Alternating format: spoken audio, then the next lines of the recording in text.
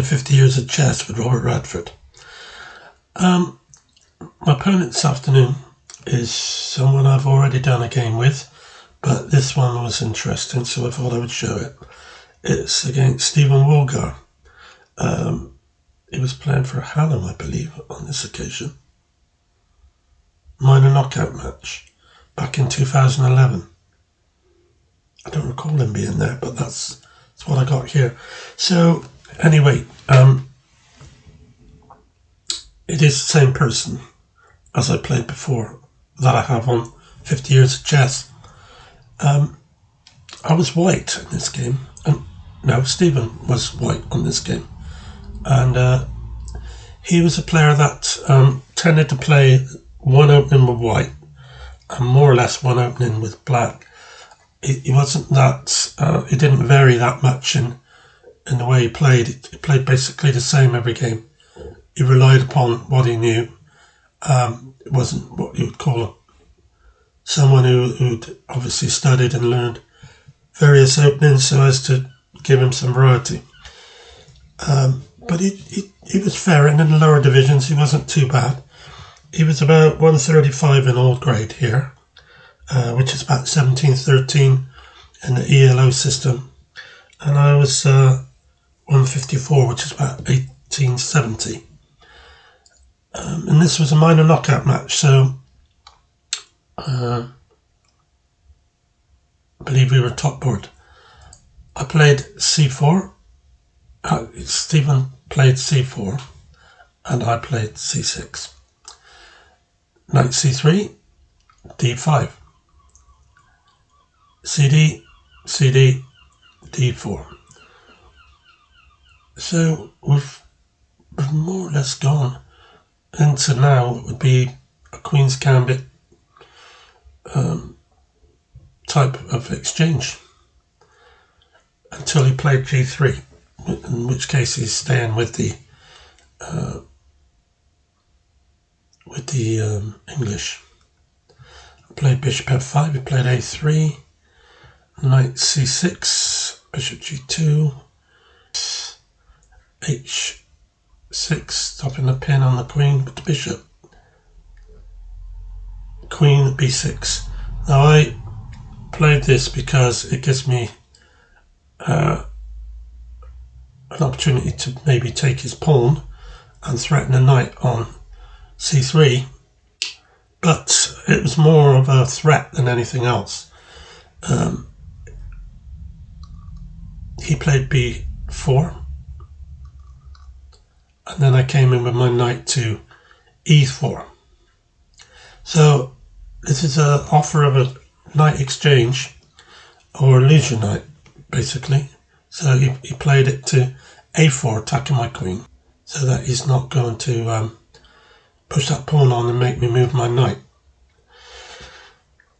So you castle, and at the moment it's showing minus 0.5 in black favour with Stockfish on this position. Now this is where Stephen was caught, because after g5 he should have went back with his bishop and he would have been okay, but he didn't. He made a mistake and he went into e5, and I don't really know why he didn't see this coming, but maybe it explains why he never progressed in his rating and went a bit higher and always was around the 120s, 130s. I think he did manage 140 on one occasion, but then come down again. So I played f6, and now his bishop's trapped. That's not really hard to see that could happen, but he did have a plan. He worked out something that he thought would save him his piece. So he went knight takes g5, and obviously I've got to take with the h pawn, which is what I did. And then when he took the knight, meant that if I went pawn takes bishop, he could save his piece by going bishop takes f6, attacking the rook. But I didn't have to do that. All I had to do was pawn takes bishop, bishop takes bishop, pawn takes bishop, and I'm a piece up. and it's a 1 game for sure. 2.8 is what it's showing now on Stockfish after those exchange of pieces, minor pieces, and a needless trap that he found himself in.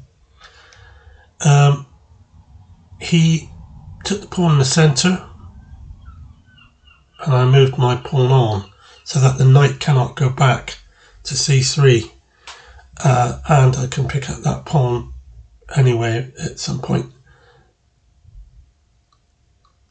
So he played f4. I was quite surprised that he threw this in, but I suppose he was getting desperate at this stage. A bit disillusioned maybe because he dropped a piece so early in the game. We're only on move 18 here. So after pawn takes pawn, rook takes pawn, it just made it easy for me to get my rest of my pieces out and attack him. So he didn't even bother to move the rook. Again, he just played the knight into c5 with no rhyme or reasons to what good it would do. But so I took the bishop, which totally opens up his position now, and I played castle's queenside before checking him. I want to be sure that all my pieces are prepared before I go in after him. He's wide open now, I can get him, but I just need to do it properly. So he played knight into e6, attacking my rook, and I brought that rook across with a check. So he brought that knight back to try and protect his king, and it's not a problem, I just take it. And then after he takes the knight, I took the e-pawn, threatening mate on h7. He's got no protection here. He's going to get mated in 8 moves, according to Stockfish. It would be over in 8, and it would have been, because I would have found these moves in a wide open position. I don't have to be a national master or regional master to be able to find a mate from this position. So Stephen resigned, and that was the end of that game. But this is a good example of when things happen and you're in a tight position where you have to think and work out different calculations. What happens if this happens, and what do I do if this happens? Do I take with the bishop or do I take with the knight? Things like that. You've got to think them through. This is how you improve. This is how you get better.